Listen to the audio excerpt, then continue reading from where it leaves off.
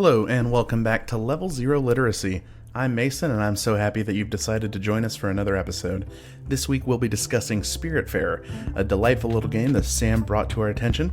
Please know that we're going to spoil the game from beginning to end, and we're going to be discussing topics that include, but are not limited to, death, especially as it relates to children, dementia, and with slight mentions of war and body horror. So please keep that in mind. Use your best judgment before proceeding. Enjoy!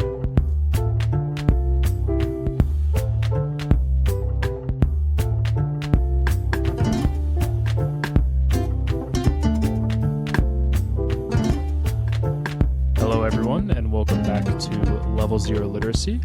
Today we are talking about Spiritfarer, a 2020 indie management simulator developed by Thunder Lotus Games, written and directed by Nicholas Guerin.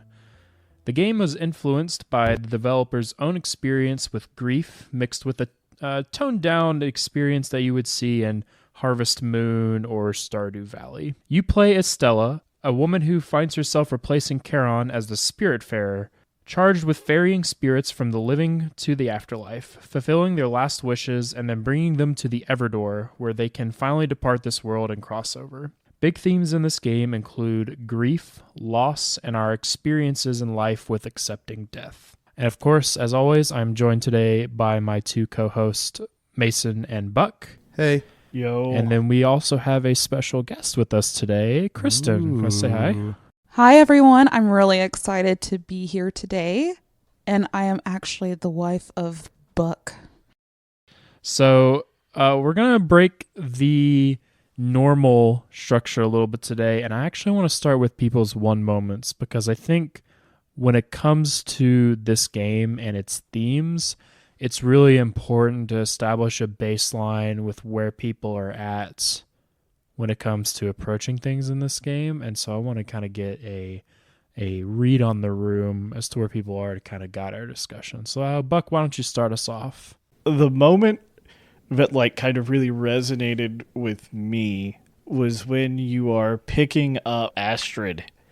And the way you do it is you have to go back and forth negotiating between the manager of a factory and the union. Yeah. And the way you negotiate is just you talk to them.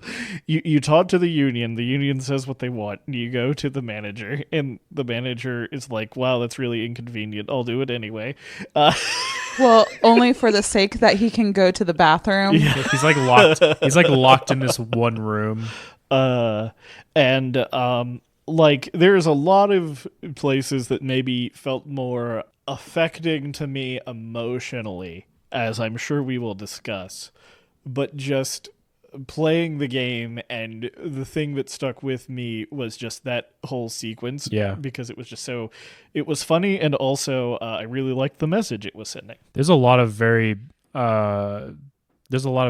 cool leftist imagery in this game. Mm-hmm. Very pro-union. The Gustav is like, oh yeah, I'm working on an anti-fascist. I did art for an anti-fascist rally.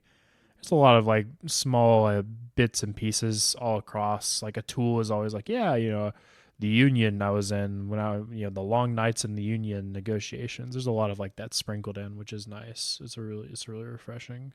Mason? My one moment came when I was spirit-faring Giovanni to his death. Over the course of the game, he's characterized more or less as a lying, womanizing piece of shit. He's a horrible person. He's not a good guy. Womanizer, just slum bucket of nastiness. He's awful. Inappropriateness. He cheats on Astrid. He sneaks out at night to go have affairs, and then. But he do eat spaghetti? Funny. He do be eating the spaghetti during his last moments. He kind of shares with you that the reason he leaned so hard into hedonism was because during the war that he served in, during a really vulnerable and communal time with his troop of fellow soldiers. They sent one guy off while they were cooking to do some work or whatever, and he got blown up and killed by a landmine Giovanni like saw the whole thing in gruesome detail, and then the guy, his fellow soldier, never even got to eat his dinner for the night, and it was a meal they had all been looking forward to for like a long time. And he said, he like reveals in his last moments, like from that point forward, he just decided he was going to dedicate his life to being as happy as possible all the time. It's like such an eye-opening moment. It's very easy to write characters who are jerks and scumbags because you're supposed to hate them for certain reasons that are narratively convenient, but to have very relatable and understandable reasons why someone would do horrible things, I think is very special. And it really endeared me to Giovanni, and it's such a gut punch that it happens like right at the end. There's a lot of, I think part of what makes it so engaging, his character, is just the dynamic between him and Astrid. There's just such a level of wanting to forgive, wanting to accept the life that he has chosen to lead, but the difficulties that come as a result of someone making those decisions. It's a really interesting dynamic, and I think they follow through it really well. Kristen.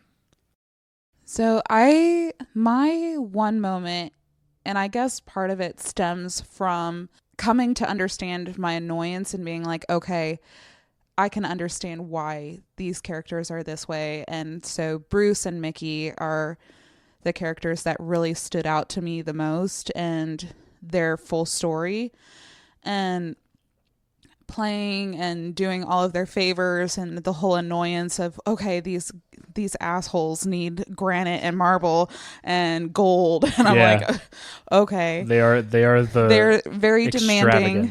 Yeah, very demanding, very extravagant, and just gaslighting me the whole time. And so but when we're taking them to the Everdor, their story and the realization of how they're designed, how Mickey's always talking and Bruce is completely silent, and Mickey's the one carrying them around. It was touching to see how he couldn't let go of Bruce ever. Yeah. And this whole time, Bruce was almost just a weight. And not really, Mickey was too scared to ever move on without him. And I just really, the illustration of that and the follow through with that as well was just, I really enjoyed it. Yeah, and it kind of excused a lot of my annoyance with them. I really just wanted to know directly their relation to Stella. Like how they came into her life and what kind of care she provided for them. That would be my one moment. It's a really incredible character design where, you have Mickey, who's a literal hummingbird, and Bruce, who is an entire ox. Yeah. And Mickey has this rope that he picks up and flies around the boat with. And there's a really key animation with it that I think is excellent foreshadowing, where whenever Mickey is putting Bruce down, he kind of drops him and Bruce just thuds. He doesn't really catch himself. He doesn't really like prep his landing. It's just like a drop. Dead weight. Yeah. Yeah. And it's one of those things where it's like you don't think about it, and then Mickey explains that his brother's been dead for years. He just couldn't let him go. That really just like unlocks this like whole other side of understanding the character. It's just really super well done. My one moment was the only time that I did not cry for the departure of someone in this game. And it was a tool. Yeah. And I think a tool's departure was what really sold me on this game. Because for every character, you take them to the Everdor and you get to kind of have their final moments and say your final goodbyes. A tool's quest line the last thing you do is you are tasked with picking 3 of the other passengers on the boat and finding out what their favorite food is, and then gathering their favorite food, and then you go do this barbecue picnic thing on one of the islands. As you do it, it's just like this celebration, and then the camera kind of like fades out, and then you wake up the next morning and you see the symbol of the Spiritfarer has appeared, and you go up and it's on Atul's home. And that moment for me, I was like, there's different ways people process grief in their lives. Just the like sheer denial as a result of not getting to like say your goodbyes to Atul really hits super hard, because you just think about the times where even if you're close to somebody, even if they're like your family, there might be moments, there might be like these times where you don't actually get to say the goodbye you're hoping to get. Just the way that they handled that scene and the way that that moment is handled just like really showed me how well this game could like portray how you grieve people's deaths differently, where it's like an unexpected death that kind of just leaves a hole, or if it's like a very like emotional close death like we see with some of the other characters in this game. So May I add something? yeah. I really thought how his quiet departure really reflected who he was. Yeah. Not wanting to burden Stella, you know, even though he was a super hungry frog all the time, he was the nicest about asking for food, and just his generosity and spirit was really great. And I do think his quiet departure is very reflective and very appropriate for who he was in Stella's life. Didn't want to add more to her plate, and I agree. I think it is very reflective on how people pass and the way you touched on grief and how we experience it differently and aren't guaranteed moments of goodbye. I thought that was a really good moment too. Now we've kind of gauged the temperature of things. Let's branch out a little bit, and let's start at the beginning, because the way this game starts gives you a very, it doesn't really push you into it right away, and I think that the effectiveness of allowing you to build different levels of relationship with the characters works a lot in the favor of allowing you to process how things develop. So the first spirit you pick up is Gwen, who was in life your cousin, and she's a little more distant, brooding, deflective of things. So your emotional attachment to the first character you meet feels like it's meant to start pretty low, and then kind of over time the dynamics of everything just like build and change, and just in a way that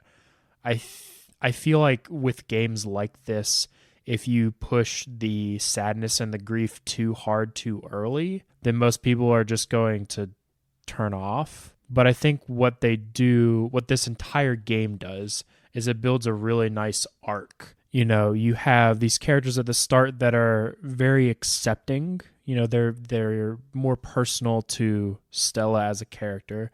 It's her cousin. It's her uncle.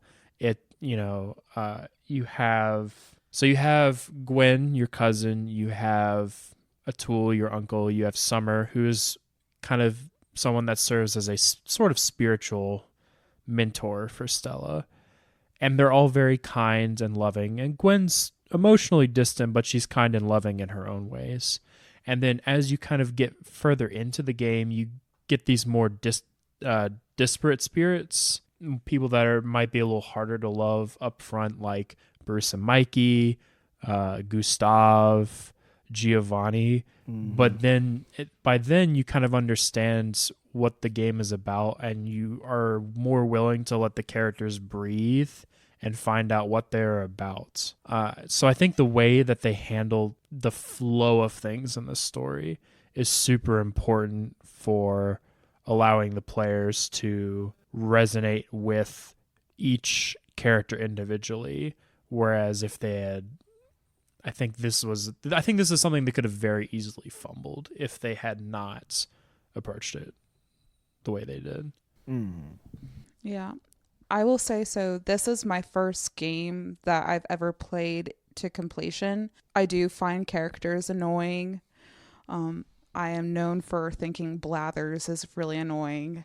And so this kind of game could get on my nerves, but with the way they approached the pacing and introducing new characters, I think did enough to entice me and keep me going without being overly annoyed. And there was a good balance of, there's still a very sweet character. Like when they introduced Alice after depending on depending on your order, you picked, but I ended up getting Beverly in a time where I needed her. And same with Alice. I was like, oh, thank God these really cute little hedgehogs and little Tweedledee birds are just here. So I just, I think there was enough endearingness to continue through to balance out the more abrasive and more prickly characters. Yeah. And I want to emphasize how much Kristen really disliked Bruce and Mickey. She hated them. They're a huge burden. Yeah. All they do is run around. They're super demanding. They're very hard to talk to because you can't talk to them when they're flying. They make everyone else feel like shit. They bother bully. you. They bother you for food and then fly away. Yeah. They bully all the other people on the boat. Yeah, they don't tell you of their allergies beforehand. No. Yeah. And now they feel bad because you tried to feed them shellfish. And they drag you into a life of crime. No, hold on. That's cool. That's 100 carrots. I like that. They need 100 carrots. We need 100 carrots for this heist. Actually, sorry, did I say carrots? I said peaches. I definitely said peaches. You misheard. Man, and I had already racked up 40 peaches. I mean 40 carrots. Yeah, I went and bought. I just didn't want to talk to them again, so I had already grown 40 carrots. Oh, jeez. I nearly collected 500,000 glims. Oh, for the desk designer guy. Kristen also thought that you would need to do that, but as soon as he said, "Do not go talk to my ex." Don't go talk to my ex. Yeah. I went to the ex. No, I was like, Sam, he asked very nicely, do not tell his ex. I'm just going to make the $450,000. Sam's like, we have to podcast in 2 days. Just go talk to his ex. It's like, no, I can do it. Mason, you just spent all of your money on a little bit bigger boat. Please. The comedy in this game is also excellent. So good. And it's done in a lot of small different ways where some characters kind of have a comedic relief angle to them, and some of them just have a very funny eating animation. My personal favorite is Beverly's because she's like, she's just loud. They couldn't do anything with her tiny little drawings, so we'll just make sure she's almost screaming. Just Giovanni is a close second. But Giovanni's great. No carbs, but his animation is eating up mom's spaghetti. I think my favorite animation is Summer when she's happy. When she stands up straight and wiggles. Yeah. It's really funny. And I just appreciate it's just nice that you can have these funny, endearing moments because the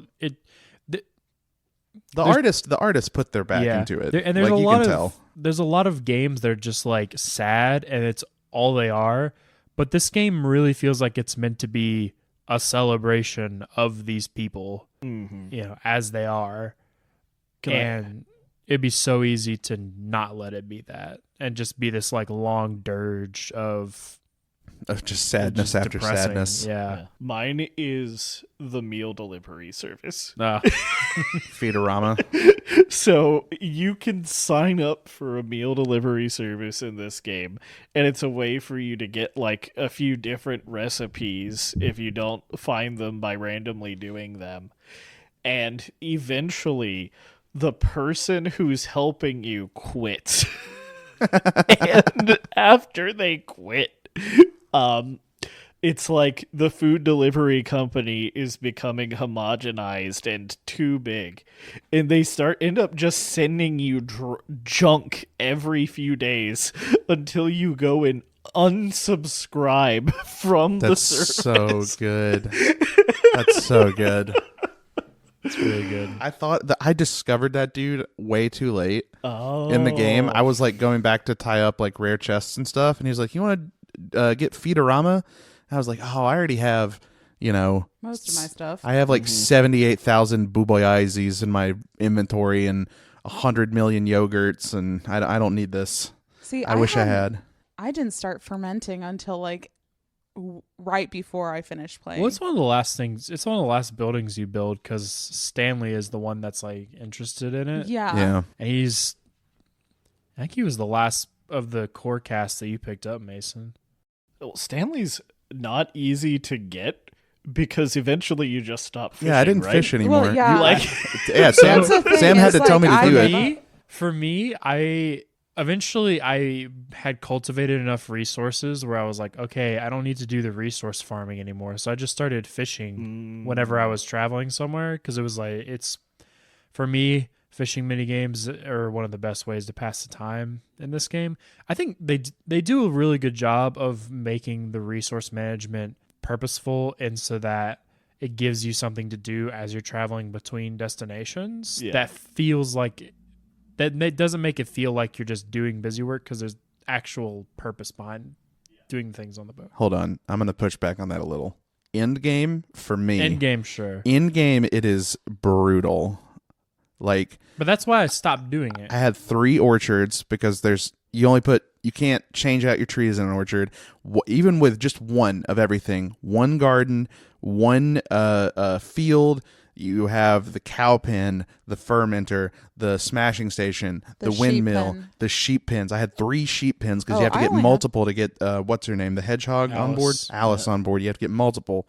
I had the chicken coop. Like I clumped it all on my boat, and that would be like 3/4 of my day would just be taking care of the icons. I never had a chicken coop. It is embarrassing to me how long it took me to figure out how to even get a chicken. Because you have to build the coop and then go in and you look and then you because like you get I think there's a treasure map that I never even ended up picking up that needs 20 eggs. And I'm like, how am I supposed to get 20 eggs? So I went to the store where you can buy eggs and there's 5 eggs. And this was after I'd built the chicken coop. So I was already like, well, if I can't buy all the eggs, I just have to start growing chickens, I guess. Yeah. You should have gotten some Falkenhages. Yeah, get some fucking hoggies. I was really worried. I got my beef license and I built my pen and I looked at the cow and I honestly thought I was going to have to slaughter it. I They clicked. sell 20 beef licenses. I know. I was like so terrified. And so I clicked on it Milk and it was just milk. Just milk. the cow. I was so relieved. But then I'm like, how do I get beef? Yeah. But so at some point I was just like, oh, I have enough resources to coast through the end of the game. I'm just going to stop managing my resource farms. Because like I have enough food to feed everyone. I have enough, whatever to please everybody. I don't need to do this anymore. So there was a point where I just stopped engaging with it and just like did, fishing and just like relaxed. To change topics completely, can I talk more about characters? Because Yeah. I don't want to move too far past it before I get the chance to talk about And there's a lot of characters we need to talk about. a 'cause lot we got- about there's- how. So for context, there's the 10 core characters that were in the game when the game released. And then there were 4 characters that were added post-released in the definitive edition, Farewell the edition. farewell edition. That's the edition we all played, right? Yes. Okay. So I don't even know if they sell the base edition anymore. They might. Yeah, the Switch version doesn't say Farewell Edition, but it is the Farewell Edition. So Among the cast of characters is Summer the Snake, who you learn pretty late in the game represents the memory of Stella's stepmom, who over the course of knowing her, you learn a lot about how she battled cancer, but it is not immediately revealed. In fact, it's revealed very late in the game that what she's talking about is actually cancer. And as such, I interpreted it very differently. And I related to her in a very strong and very visceral, emotional way, because she refers to it just as a dragon. Yeah. Right? She says, oh, my father dealt with this his whole life, and he just ignored it, or he fought it, and then it came for me, and then I learned to live with it, but eventually I succumbed to it as well. I read this as her talking about like a depression or like a mental illness, and it made me think a lot about my struggles with mental illness. It made me think about what role it might play in my death. It made me think about how my family has had to deal with it too, and how I deal with mental illness in a different way than my family does. And it was written in such a beautiful and mindful way. Yeah. Even though it wasn't talking about, I completely misread it, right? I mean, there's nothing that says, so I think the beautiful thing about the way Summer's plot line is done is that, yes, for her it is literally cancer, but I think the intent of them leaving it ambiguous is that you could fill in as the gap. as a player kind of impress your own life experiences Upon on it without it being it's not a problem for you to do something like that. It's just like I can relate to this because the dragons in my family are mental illness or neurodegenerative diseases or whatever. Because I think they don't even explicitly say it's cancer until you take Summer, right? No, not even then. No, It's it's when not you're. even- oh, it's it's at the after very the end very when you're end. taking Stella. Right. I agree that they leave it ambiguous purposefully, but you're literally breaking tumors on the dragons. It's true. Oh yeah. I mean, That didn't even click with me until I knew about the cancer. And so Yeah. and for me, being in the sort of indie gaming narrative world, one of the biggest games out there, I would say one of the originators of like sort of this like indie narrative game genre was That Dragon Cancer. And so for I've me, heard of that. there was like, when I played this the first time, it was like immediate parallels, probably a little bit of inspiration. Mm-hmm. But again, that's not to say you couldn't take it a different direction if that's how it felt. Mm. I mean, I see the connection now, Yeah. right? But it wasn't. It didn't fully click because Yeah. I kind of had already formed that thought in my head. Mm-hmm. As soon as she started talking about her and her father's similar struggle. Yeah, I didn't know if it was depression or alcoholism or what. Yeah. Whenever it was. I had those thoughts too. And, Summer has this fear of disappointing someone, and you don't know who really that someone was, but then she goes into her story of her love and just wanting to hold on and not wanting to disappoint them for having to let go. Yeah. And that part also resonated with me because I'm an innate people pleaser, and I know I probably will be till the day I die. Yeah. And I've also entertained the idea of becoming a death doula, and so playing this game also has done a lot of that. Stella's character helping people pass the way they need to and coming to closure with what they need to do before they go, I think is also something that really struck with me, is just having an advocate. Yeah. I think Stella not talking at all the whole game is a big thing. She just takes on and takes on and takes on. I think that was cool. There's two characters I want to talk about, one of which I relate to personally, and one of which is kind of personal to my life. Gustav. I was gonna guess Yeah. Gustav. Yeah. Yeah. Yep, I knew. think Gustav is pretty much the only character in this game to me that is just fully accepting of death, and taking him to the Everdoor and him just being fully embracing of what is to come, because he is so confident that he has built something that is going to outlive him. And in his instance, it is art. But the concept of, I think the concept of building something that's going to outlive you as a way of coming to terms with death is like the very basic human way of acceptance. But the way it's characterized through Gustav feels just very appropriate, I guess. Because he's never leading you on as to why he's doing his work or why he needs to do this like one final art showcase. It's only the fact that, you are the Spiritfarer and you are supposed to be helping people making their final amends or making things right or whatever it is, that even gives you an inclination of like why this is also important to him. I'm not big into the musical Hamilton anymore for many reasons, but there's one thing that always sticks to me about that musical, and it's just, there's just one line. It's like, why do you always write like you're running out of time?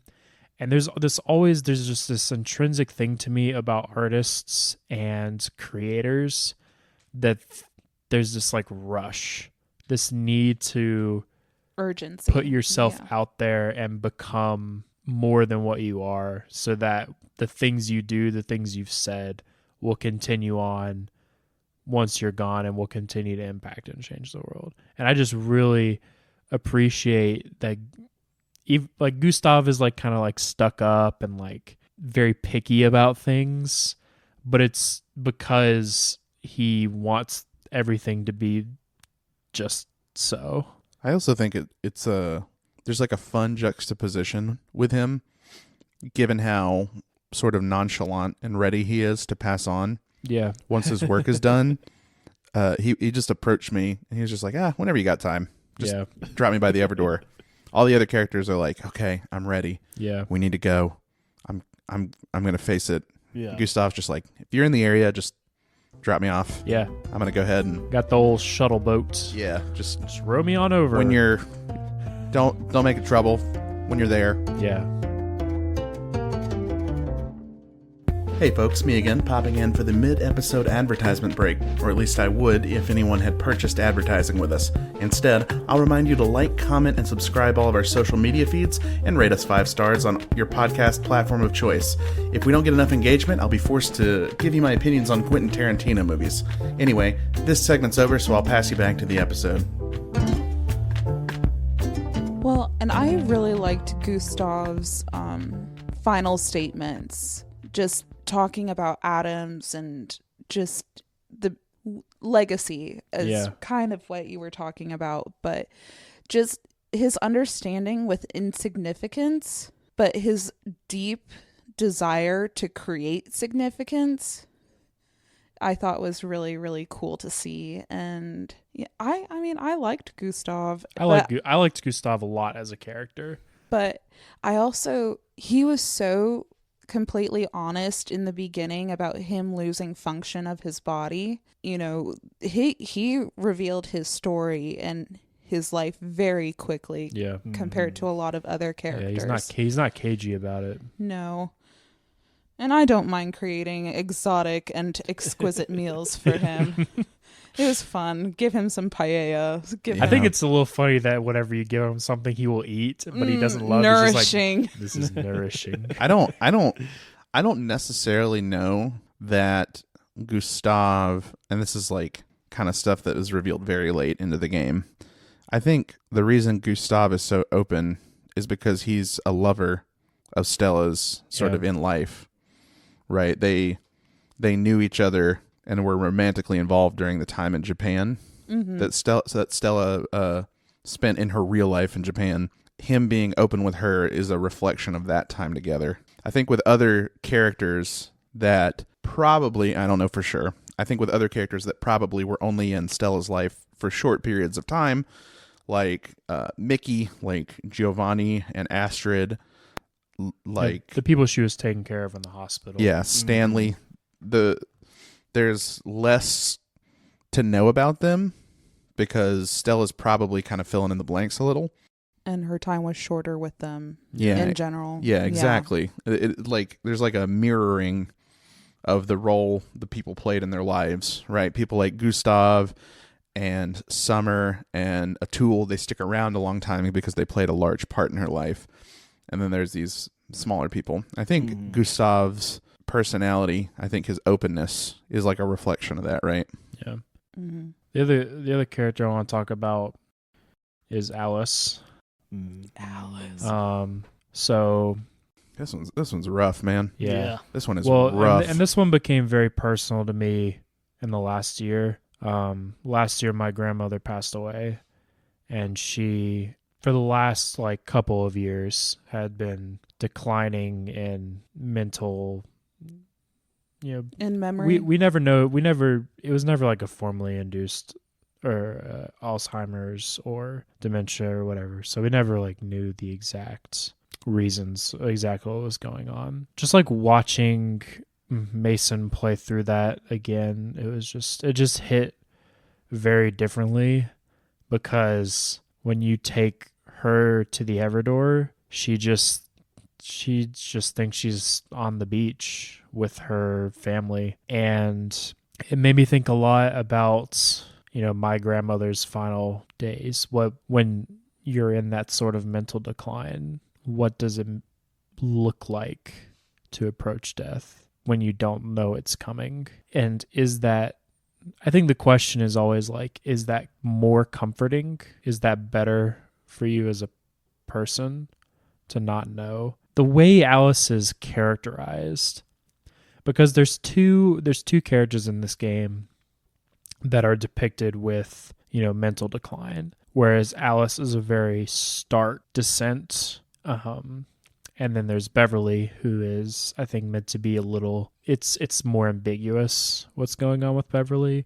It could just be like a brain fog, like just getting old brain fog type deal, and like confusion and loss of memory, or it could be like early onset dementia or whatever. And I think just the way they handle it is just it's just perfect to me, because the intent of this game is that you're fulfilling people's last wishes, and Alice is kind of losing function of her body as the game, as she spends time on your boat. And so you walk her to the bow of the ship just to stand there for the day. And on the last day, she just thinks you're her daughter. And she's like, "Oh, have you seen my daughter? She wore her beach clothes with a red hat." And so you go back out there and you talk to her, and it's like she just gives you the same dog, and you're confused.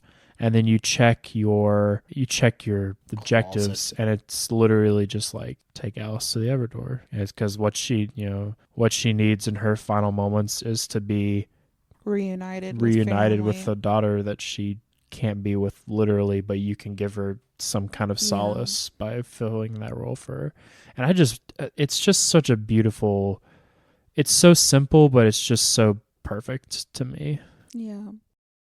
And I think a lot of people who work in the medical field, now it's not clear whether Stella was a nurse or whether it was specifically a hospital setting or hospice care or maybe a combination of those. But I also resonated with Alice's story, and I lost my grandfather the year prior as well. And even before he suffered a brain bleed, he started losing memory. And I think as people get older, or when people are approaching dementia or have issues with memory loss, I always think people either turn into the best versions of themselves or turn into the worst versions of themselves. And I think a lot of family members who are in those positions have to reconcile with understanding they are not the same person. anymore. And I know from experience I've had to take on a role of someone when they needed a reassuring face and couldn't put a face to an actual person anymore. Just knowing a name, that was probably one of the hardest losses for me. Yeah. I didn't cry the whole game. I'm a terrible person. You're a terrible person. It's People just feel it's very different hard reactions. for me to cry. Yeah. But that moment, and when she was, finally ready to go, especially because she was such a giving character too. Yeah. You kind of have the way the characters are divided up, and even with the way the tasks are assigned, you kind of have 3 different supply gathering mechanisms. The kitchen and the the cellar. Yeah. But you have characters who give food. And Yeah. so Alice was always baking and giving. Buck also does that, but it's all fried food. Buck the character. Yes. Sorry, my husband does cook for me too, but Buck the... That's just fried food. Yeah, also, not really. But Alice was hard, and I can see how having her for several people, it's a much more hands-on experience. You see the deterioration of her mind and body. Yeah. And she's one of the characters. She's a character that's probably with you for the shortest amount of time. She's like towards the shorter. Yeah, stunts. Rapid decline. And she is almost combative too. Yeah. Towards the end, which I know is really hard for a lot of people. Because she does act very specifically differently, right? Like she goes from acting one specific way to you to when the decline happens. It's jarring. Yeah. Like I wasn't even sure exactly what was going on at first. Are there any characters you would like to touch on, Buck and or Kristen? Oh, let me look from this list. So I'll talk about one that I don't think is going to be anyone else's favorite, but I really appreciated, and I was trying to figure out why I appreciated it. And that character is Jackie. In the very, very late game, you do a quest for a hospital that seems to be emulating the place that Stella worked at most of her life. And to do this, you have to do a few things for somebody named Jackie, who seems to be like not a hard worker, not the best kind of guy. And then as you're working through these quests at this hospital, he just leaves. And then you end up helping a patient who Jackie was having a hard time with named Daria.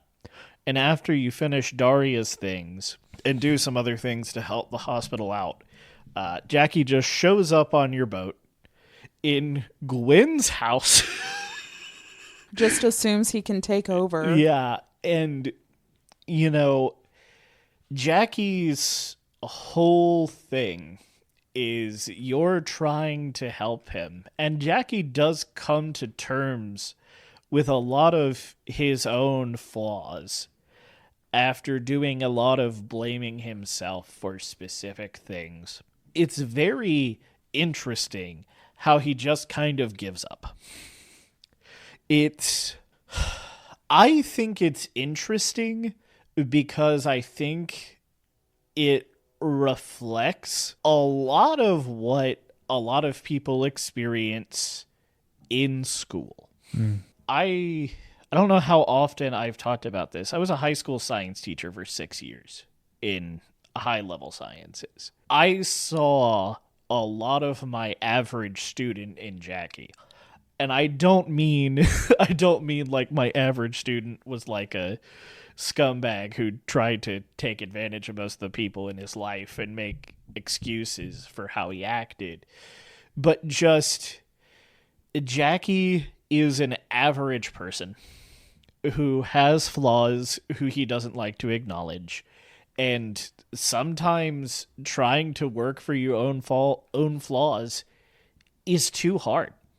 Like, sometimes you can't just sit there and face the things that are wrong with you honestly with yourself. And I thought that was an incredibly interesting way for his story to end up, as opposed to him just, magically getting better. Especially with like the motivational posters and the self-help books. Yeah. Because I've tried so hard to find any useful self-help anything in a lot of places, and it's all mostly just garbage. Yeah, it really is. Like it's never actually very helpful.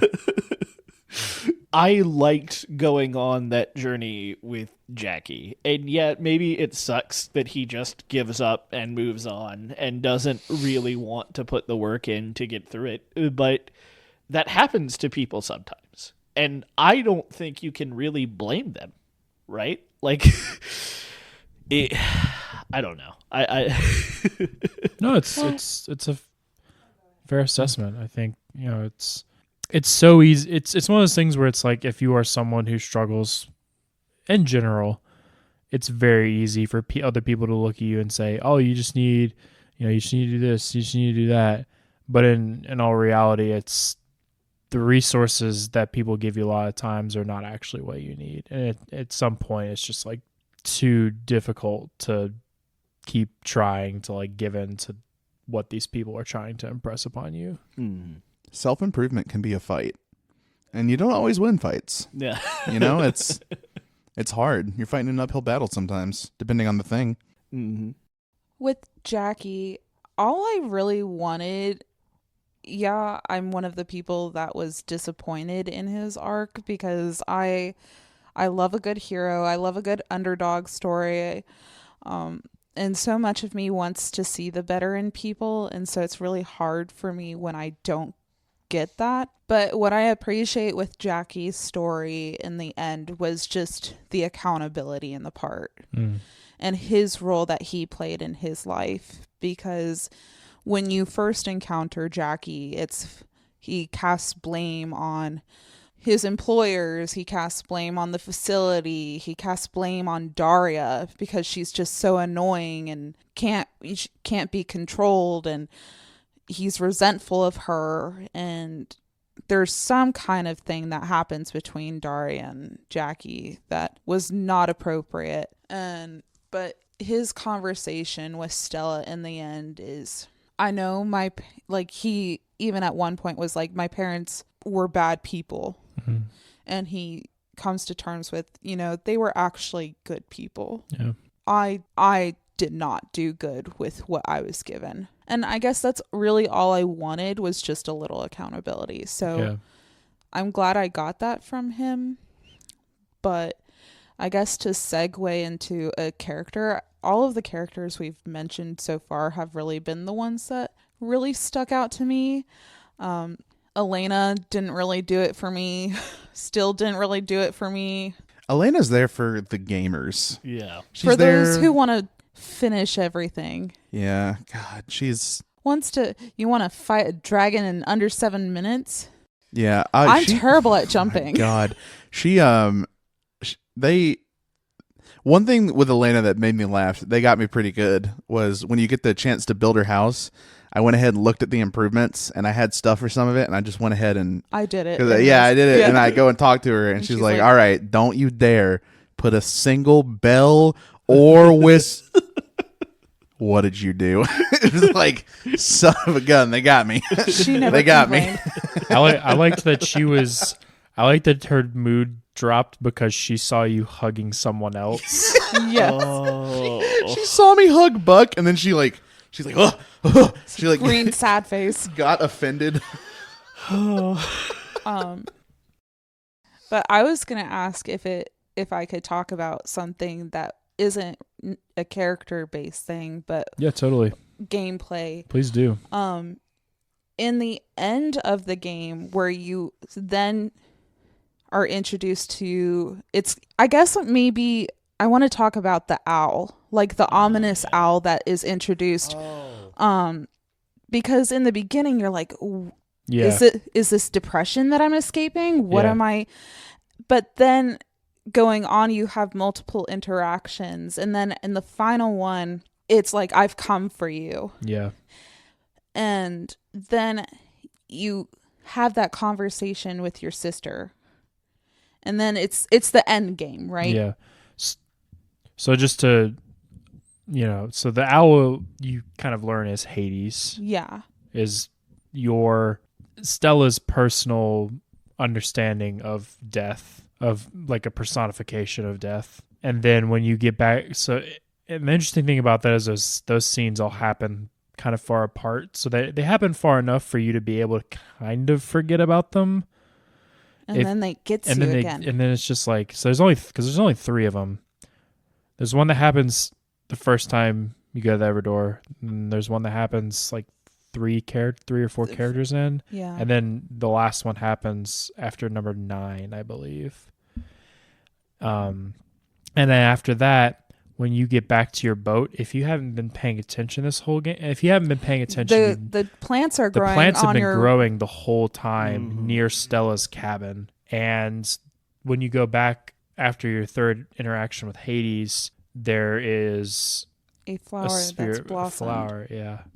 That becomes Lily, who is your sister. What I was wanting to, with all that to preface, what I was going to say is, you have your understanding of time. You see how fast you're going. You have your understanding of it's night, it's midday, it's morning. Oh yeah. All of that disappears. Yeah. You don't understand how fast you're going. You don't understand what time of day it is, except, you obviously see the environment. Yeah. But I think that's a cool way to depict Stella's decline and understanding her reality. And, really the only tangible understanding she has of her environment at that point is really her sister. And I thought that was a very cool design of the game. This is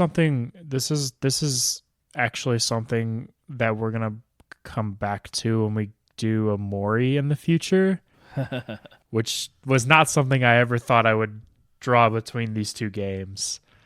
But the concept of headspace. And when you start this game, you're just like, oh, this is just, this is the video game world. So they've designed it in like this like really like crazy ways so that there's reasons for you to travel places and stuff. And then when you get to the end, you're like, oh, this is Stella's headspace. This is a space that, due to her disease, which is never explicitly said, due to her circumstances, she has carved out for herself to be able to come to terms with dying. And these are all the important places and people in her life that are going to give her the ability to die.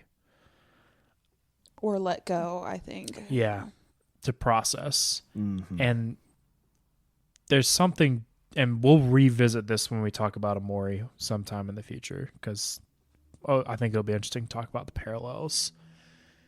I just really, the moment, the realization is just really well done, because this is a game about foreshadowing.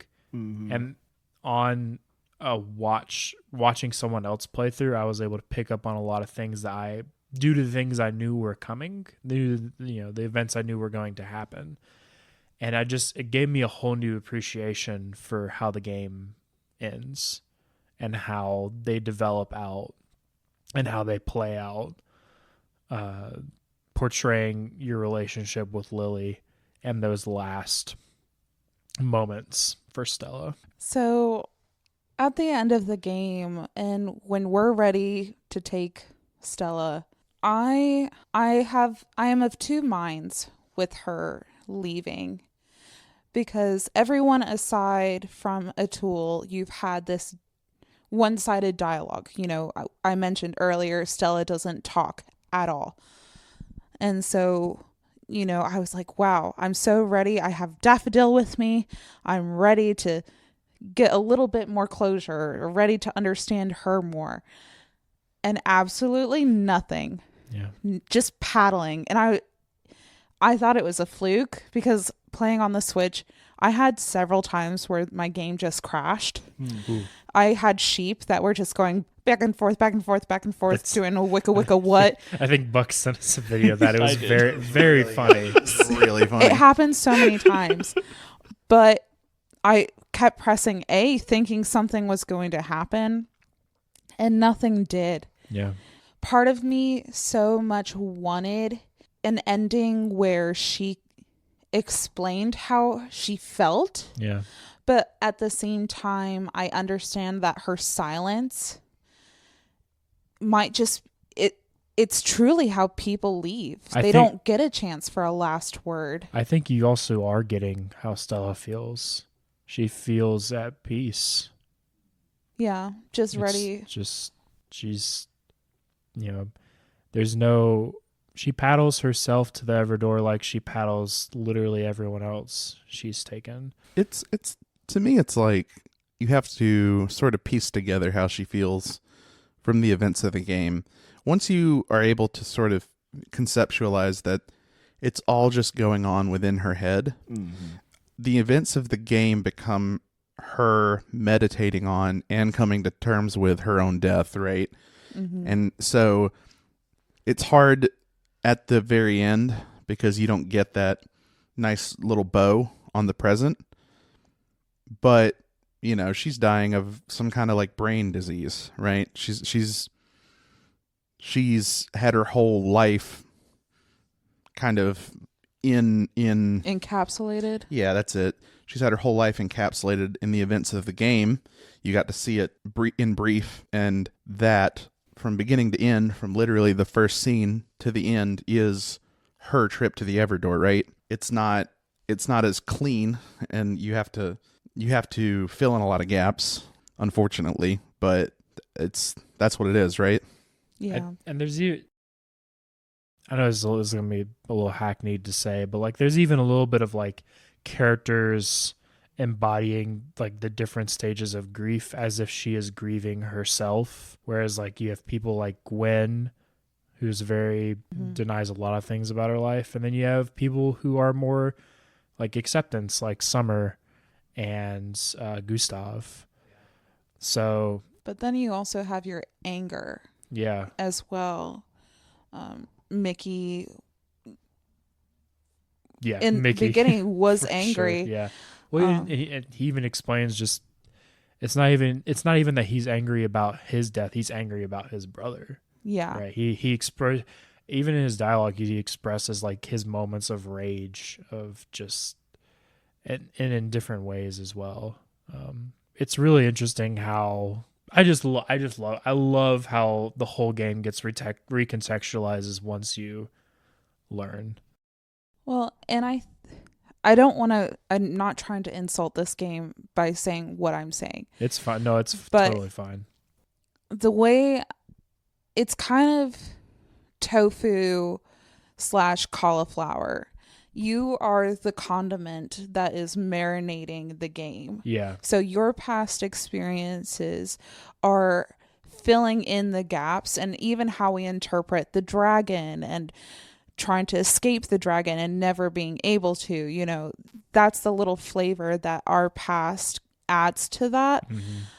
And I think the way that it just gives enough space for you to have those intimate moments with the game, because it's not just spoon feeding a narrative that you have to accept. It's allowing you to apply your own grief, your own experience with loss, because the true thing is everyone in some form, whether it's not been directly a close person, but you may know someone. So seeing Astrid's character who saw her husband leave and die is something that someone could understand. The dialogue in this game all comes in very short bursts. There's never more than maybe like 20 to 30 words on the screen at any given time. So there's a lot of, I think I saw the developer say in an interview that there's like 90,000 words in this game total, which when you compare it to something like Disco Elysium, which has 1 million, doesn't feel like a lot. It's still a lot of words. It's still a lot. It gives them the ability to flesh out these characters. But I think you're absolutely right. Where it's like you get to imprint your own experiences on it, and that's what makes it special. And I think the reason probably none of us have talked about Stanley as a character is because It's hard, man. it's hard, Loss but of also a like child it's probably like it's not something any of us have necessarily experienced in our lives. Yeah, It's we understand that Stanley, the concept of Stanley is sad because he is a child who is dying, but it's not personal to us in the same way that like Alice or Summer or whoever is. To me, I think that's a positive, where it's like you can understand the sadness and grief and death and even things you don't connect to, but it's good that those experiences are given to you that you can draw those connections to. Yeah. There's someone in the world that Stanley is like a very healing and very relatable person Yeah. to have in the game. But to me, it's just pure pain. Yeah. From moment one, once you realize it's like a child, it's just like, fuck, man, this is going to be brutal. And it was brutal. It was brutal from beginning to end. You see, he gets a pet and he loves his pet, and he wants to learn about the world. You like teach him things about the world. He makes mistakes and learns from them, and he like learns to process his own feelings. And then you have to usher him to death, man. It's horrible.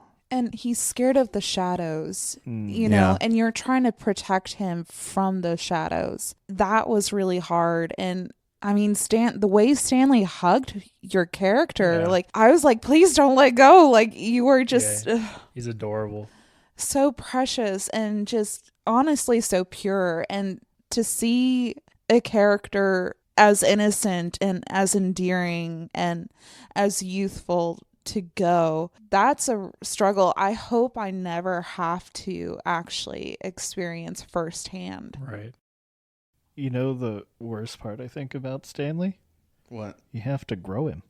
Yeah. Like you Yeah, you catch Stanley and you go fishing and you catch something called mysterious seed and you plant it and he just grows out of the ground as a little mushroom boy. Yeah, which made me think Stanley was Stella's kid, but I don't think that's the case. I don't think so. I honestly think Stella worked in hospice. The way the game played out and the way she had such flushed out experiences with each character, I think she did provide end of life care in some form. And I don't know if it was specifically oncology. However, I do think cancer could be very easily something that ties all of these characters together. Another character that we're not entirely sure the age of, but Buck too had very similar characteristics of just whimsy. You know, you go on this grand adventure, which is something I wish I had the chance with Stanley. Yeah. But Buck's not dying. I know Buck mentioned this earlier, that he looked up some lore and, you know, we just never got rid of Buck. Yeah. So the lore I looked up, take this with a grain of salt because it's not from an official source. Well, okay, when I say not from an official source, I saw it on a wiki. It had a source cited. Buck was Stella's sister's friend. Okay. Who died when he was a kid. Stella never even really got to know him that well. But apparently, his love of RPGs made Stella love RPGs. So so the concept of Buck is more just like her perception of the person that Buck would have been. Yes. But because she wasn't ever close enough to Buck to see him die and like see him live his life, that's okay, interesting. How she's figmented. Yeah. And I just want to say how personally called out I feel about Buck because this podcast is not because of the way this podcast is, y'all don't get to see this side of me. I love math and numbers and shit. All I ever want to do is look at spreadsheets while I'm playing a video game. He was And coming Buck- for you personally. Yeah. He was coming for your ass, all right? whenever Buck We wrote is to in, him 4 years ago.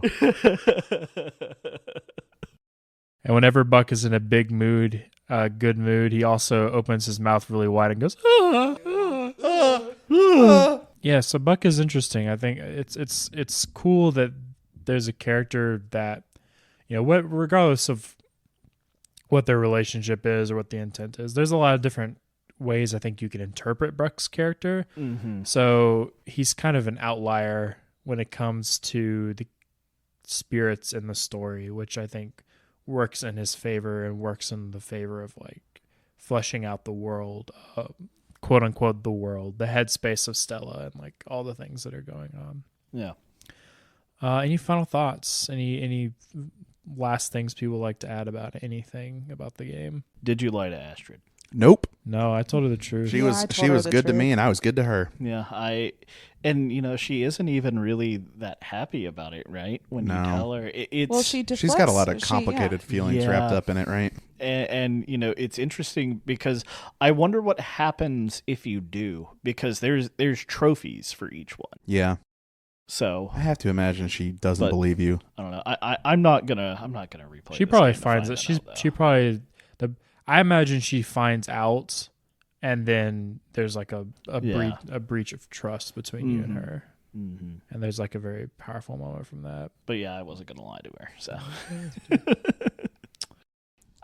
I guess my final thought is, as this was my first game that I got to finish from start to end, I think this is a good kind of gateway video game for a Mhm. lot of people who aren't fully ready for a commitment of a much larger gameplay or Super deep narrative. yeah, and all the intricacies, because I think it lends itself to have enough intricacies on its own that you bestow upon it. Yeah.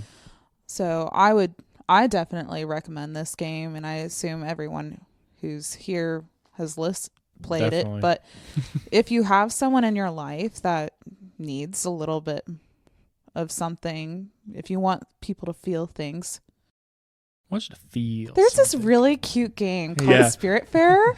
I think you'd really like it. It's like Yeah. Animal Crossing. Yeah, it's nice. Yeah. I think this game. The nice thing about this game is that it's super approachable for larger audiences. I also, sorry to interrupt, but I love the way this game looks. Yeah. Like it Yeah, the art's doesn't great. suffer from like.